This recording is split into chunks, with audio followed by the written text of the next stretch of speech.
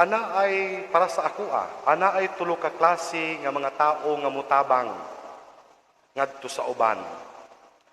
Una, ang ubang tao mutabang ngadto sa mga nawad-an or mga kabus kay tungod na obligar sila. Katubitawng mutabang ko kay trabaho na ko ni or trabaho na mo ni. Kini mga klase nga tao, gamay ra ni sila nga portion sa ato ang sosyedad or even sa ato ang komunidad. Anay ikaduhang type sa mga tao nga mutabang ngadto sa ato ang mga kaigsuonan nga nanginahanglan og tabang nga mutabang kay tungod gusto og sumbalik. I will help para sila mutabang usab sa akoa kung ako manginahanglan usab og tabang nila. Kining ikaduhang klase nga mga tao nga mutabang ngadto sa uban aron tabangan in return kung sila nanginahanglan, murag baga-baga ni sa atoa, sa ato ang population, isip Katoliko. Ang ikatulo nga klase nga mga tao nga manggihatagon or mantinabangon ngadto sa uban, katong mutabang kay tungod kalipay nila ang mutabang ngadto sa uban bisag dili sila makakuha og balik nganha kanila. And sad to say, sa Katolikanhong pagtuo sa simbahang Katolika o sa mga tumutuo niini, gamay ra gyud ang porsyento nga ingon ani nga klase nga tao. Ang mutabang kay tungod ikalipay nila ang pagtabang. Kadaghanan sa ato ang mutabang kay tungod gusto tang balusan kung kita pod ang nanginahanglan og tabang. Nganong ingon ani man ako ang introduction sa kong homilya kay tungod ang ato ang mga pagbasa karon nagapunting man diha sa pagkamatinabangon, pagkamahinatagon ngadto sa uban. Ilabi na ang mga nawad-an, mga kabus ug timawa sa ato ang katilingban. Sa atong unang pagbasa gikan sa basahon ni San Pablo ngadto sa taga Filipos, iyahang gi-remind ang mga tao sa Filipos nga when you live in love, nga kung ikaw nanginabuhi diha sa gugma sa Dios, kita makabaton og kahiusahan, kita makabaton og kanabitawng ana ay kanang responsibilidad sa matag usa, ang pagtabang. Kita mabuhi diha sa kalinaw ug kalipay. Muna nga gi-remind ni San Pablo ang mga taga Filipos nga kung manginabuhi ta diha sa gugma sa Dios, makabaton ta niini. Kay kung diha ta makapunting sa gugma sa Dios, dali na lang kaayo nato ang pagtabang ngadto sa uban. Kay dili naman responsibilidad ang ato ang pagtan-aw sa pagtabang sa uban, kun dili ato anang batasan. Lahi manggod ning batasan o responsibilidad. Kay kung moingon tag responsibilidad, murag ma-oblige pug ka. Pero moingon gani kag batasan, free-flowing ang imuhang gusto. Nga murag ang pagtabang ngadto sa uban imong kalipay, dili na responsibilidad og aligot-got sa imuhang kabubuton. Sa atong ebanghelyo, gi-remind ta ni Jesus, or dili kita kung dili gi-remind ni Jesus ang mga iyahang listeners, yang mga apostoles,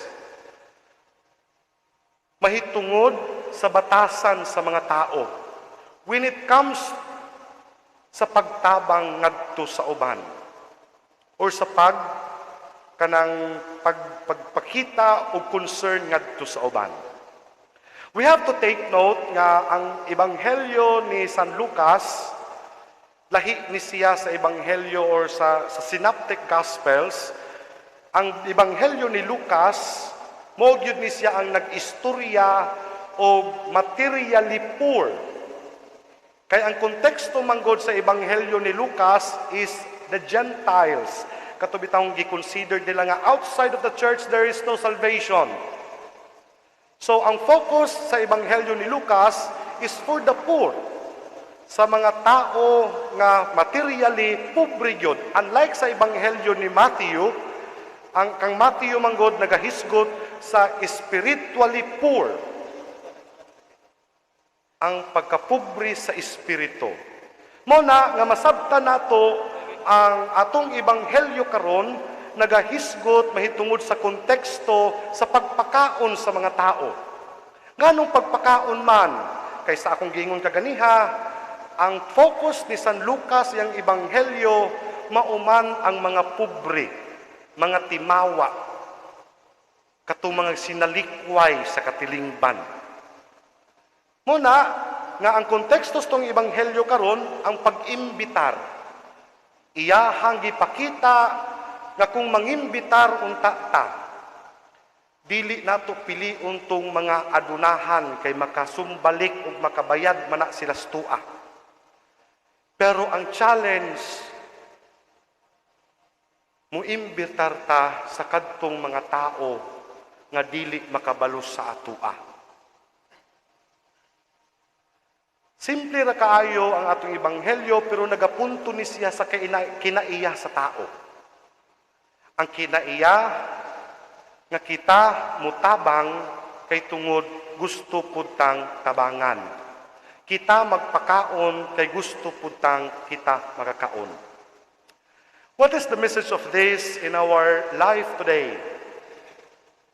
Unsa may mensahe niining mga pagbasa nato karon sa ato ang kinabuhing Kristohanon ug Katolikanhon. Mga igsoon, sa ako ang giingon kaganiha, kung manginabuhi ta diha sa gugma sa Dios, dali ra ang pagtabang nato sa tao.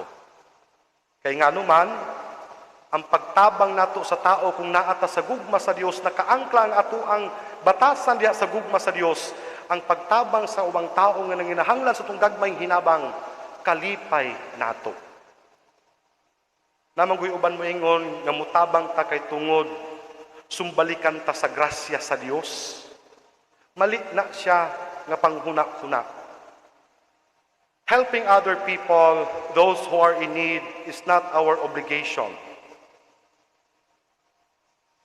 Kundili ang pagtabang unta nato ngadto sa ilaha, mao ang atong kalipay kay tungod ang atong kalipay mauman ang tinugdan sa gugma ni Kristo nganhi kanato. Giremind ta sa tuang tema karon sa pagsaulog nato sa ikanom kaadlaw sa nobinaryo ni San Carlos Borromeo. Siya isip usa ka santo, matinabangon ngadto sa nawad-an, ngadto sa mga timawa, ngadto sa nangagutman. Ang hagit kanato karon mga igsuon,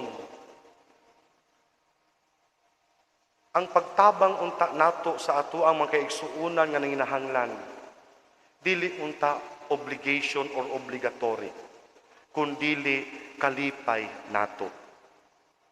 Ikalipay unta nato nga kita makatabang kay gibuhat ang simbolo sa Dios nga mapakita niya ang iyang gugma ngadto sa uban pinaagi sa ato ang pagtabang ngadto kanila.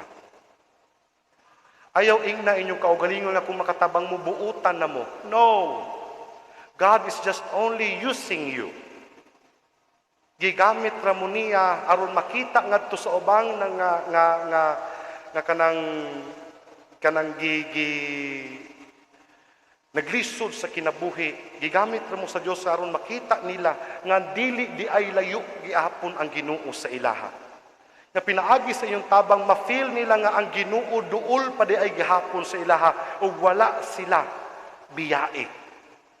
Ang Ginoo anaa di ay pirmi, mugamit lang siya tao aron makita ang iyang gugma, kaayo, ug ang iyang pasaylo. Mga igsuon, isip mga Katoliko, nining makabag-ong panahon, ang ato untang kasing-kasing, puno unta sa kalipay, kung kita makatabang sa ato ang mga ikaigsuunan nga anaa diha sa kalisod sa kinabuhi. Palihog mandong ang tanan.